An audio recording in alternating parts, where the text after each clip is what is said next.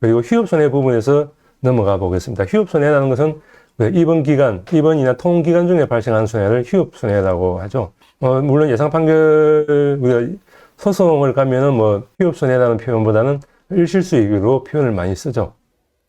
만약에 입원을 3개월 했다라고 가정을 해서 이제 산정해 보도록 하겠습니다. 약관 기준으로 했을 때는 3개월에 한 700만 원 정도 책정이 되죠. 보험금 계산은 그냥 아주 간단합니다. 3개월에 해당하는 호흡만 개수 2.975이라고 하는데, 여기서 뭐냐면 임금 곱하기, 호흡만 개수, 휴업손해 과실, 보험회사 입장에서는, 그렇게 적용을 하고 있죠. 보험회사 입장에서는 85%의 휴업손해액을 인정하고 있죠. 보험회사에서는 일일 수익 감소액 곱하기 휴업 일수 곱하기 85%를 적용하고 있습니다. 그래서 85%를 적용했다라고 말씀을 드린 거고, 예상 판결 금액을 가진다면 100%가 되는 것이죠. 예상 판결 금액으로 했을 때 한 돈 1,000만 원 정도, 3개월이라도 돈 1,000만 원 정도 되는데, 약관 기준에는 700, 800만, 200만 원 정도 차이가 나는데, 실제적으로 입원 기간이 얼마 안 되니까 좀 그럴 수도 있는데, 입원 기간이 길 경우에는 또 이야기가 많이 좀 달라지겠죠. 금액 차이가 상당히 많이 납니다. 누누이 말씀드리지만 이건 예시적인 기준이라는 거, 항상, 잊으시면 안 될 겁니다. 보험회사의 공문 서류를 보면은 이런 서류가 굉장히 많습니다. 많이 받아봅니다. 실제 여기서 나와 있듯이 수입 감소가 있었음을 관계 서류를 통해 증명할 수 있는 경우에 한하여 휴업기간 중 피해자의 실제 수익 감소액의 85% 해당액을 지급한다라고 판단하고 있는 거죠. 실제적으로 항상 보면은 소비자가 약관 지급 기준으로 적용하는 거하고 예산 판결 금액으로 지급과 차이가 난다면은 굳이 약관 지급 기준으로 이를 처리할 필요성이 없지 않습니까? 그래서 저는 예산 판결 금액을 많이 청구한다고 말씀을 드렸던 거고, 보험금 계산을 보면은 아주 쉽죠. 보험금 계산이 쉽다 보니까 이제 사고가 나면은 막말로 기나 고등이나 다 달려들어가 자기들이 전문가라고 이야기를 하는 것이죠. 우리가 내가 이걸 할 줄 안다는 거하고 내가 이걸 잘한다는 거하고 내가 여기에 대해서 베테랑이라는 거 이야기가 달라지겠죠. 단순히 내가 할 줄 안다라고 달려야 된다는 것은 어떻게 보면 선무당이 사람 잡는다 라는 표현이 딱 맞을 것 같습니다.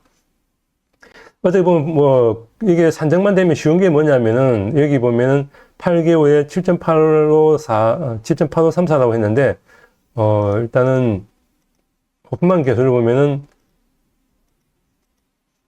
제가 5개월까지만 했는데 5개월로 다시 줄이겠습니다. 5개월로 하면 4.9384, 5개월로 4.9384죠. 그러니까 여기에 월소득 곱하기 휴업손해 85% 곱하기 4.9384 해버리면 그냥 이렇게 보험금이 나오는 겁니다. 계산기만 두드려도 이 금액이 나오는 거죠. 그래서 휴업손해 선정이 상당히 쉽습니다. 근데 문제는 이걸 갖다가 이렇게 하느냐 여기에 따라서 차이가 많이 납니다. 근데 어떻게 보면은 85%만 적용하니까 별거 아니다라고 생각하지만은 실제적으로 3,400 차이가 나버리죠. 이렇게 차이 나는 묘미는 85%를 적용해서 그런 게 아닙니다. 그거 말고 플러스 하나 더 있죠. 눈치 빠르신 분들은 어떤 점에 차이가 나는지 알 수 있겠지만 어쨌든 그렇습니다. 지금 아까 위자료에서도 차이가 났고, 입원 기간 중에서도 차이가 나고, 좀 그러죠. 단순히 우리가 중상해 같은 경우는 3, 4개월, 5개월 입원하는 건 아주 그렇게, 긴 기간이 아니죠. 2, 3개월만 해도 한 1, 200 이상 차이가 나고 있는데, 이 사람이 중상해를 다쳤다라고 한다면은 상당히 많이 갭 차이가 좀 생기죠. 어쨌든, 그래서 휴업손해는 이렇게 산정이 된다는 거고요. 그 다음에 통원치료 기간에 대해서 한번 살펴보도록 하겠습니다. 우리가 통원치료 일주일 정도 했다. 통원치 기간이 1일 정도라고 하면은, 우리가 자동차보험 약관상에 보면은 택시비 하루 8,000원 정도 주죠. 택시비 하루 8,000원 하면 56,000원 정도 준다고 되어 있습니다. 그런데 우리가 통원치료라는 게 뭐 우리가 그 직업이 없으신 분들 같은 경우는 쉽지만은 만약 직장 생활을 하고 있다. 자기가 대표가 아닌 이상은 직장을 빠져나와가지고 그 통원치료 가기가 쉽지는 않죠. 하루 이틀 정도야 뭐 괜찮지만 그렇지 않은 경우 상당히 많은 시간적 여유가, 시간적 소비가 많죠. 통원치료 받아보신 분들은 아시겠지만은 물리치료 받는 데 거의 1시간 정도 소요됩니다. 그리고 가서 대기하는 시간도 잡아야 되고요. 그리고 왕복 이동하는 시간도 잡아야 되지 않습니까? 그러니까 뭐 보통 2-3시간은 훌쩍 가버립니다. 근데 문제는 옆에서 봤을 때는 멀쩡해 보이는데 아프다고 통원치료 가면 꾀병으로 느껴지고 겉모태만으로 느껴지기도 하죠. 그러다 보니까 주위에 눈치도 좀 싸늘해지죠. 근데 7일 정도의 휴업 손해를 전액 다 인정된다면은 뭐 80만 원 정도 되는데 이거 인정될 수 없을까라는 그런 의문이 생기고요. 이제 문제는 뭐 7일 정도니까 뭐 어떻게 보면 별거 아니다라고 판단할 수 있는데 문제는 이 사람이 72일 정도 이번 통원치료를 했다. 상당한 시일이지 않습니까? 72일간의 통원치료를 받았다라고 했을 때 솔직히 위에서는 곱게 보지는 않을 겁니다. 하루 이틀 정도의 티가 안 날 수도 있지만 아까 이야기했듯이 한 2-3시간 정도 빠진다. 위에서 봤을 때는 이쁘게 보이지는 않겠죠. 근데 급여가 다 들어오기 때문에 손해가 없다. 이렇게 보는 것은 상당히 좀 무리가 있죠.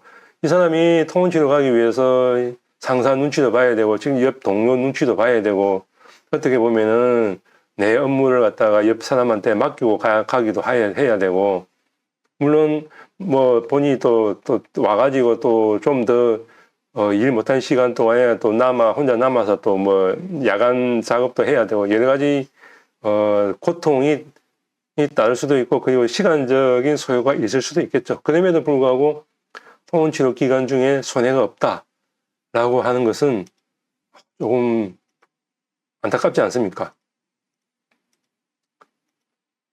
근데 이게 손해액으로 산정한다면은 일용 근로자 임금을 했을 때 1,100만 원 정도 됩니다. 근데 약간 지급균이 있을 때 한 900 정도 되는데 어쨌든 이게 손해액이 인정된다면 금액이 상당한데 이게 인정을 잘 안 해주려고 하고 있죠. 실제적으로 눈에 보이지 않는 손해라고 해가지고 손해를 인정하지 않는다는 것은 상당히 좀 무리가 있죠. 그래도 의문이 들죠. 그래도 소송을 해야 하나? 그래도 제대로 받은 소송을 해야 하나? 의문이 생기죠. 근데 문제는, 이것을 갖다가, 이 가격이 100만 원에서 200만 원 사이다. 라고 정해져 있고, 우리가 합의하는 과정에서 얼마를 할 것인가? 라는 그 조율만 남아있다면은, 근데 의견 조율이 된다면 굳이 소송이라는 복잡한 절차를 거칠 필요성은 없지 않겠습니까?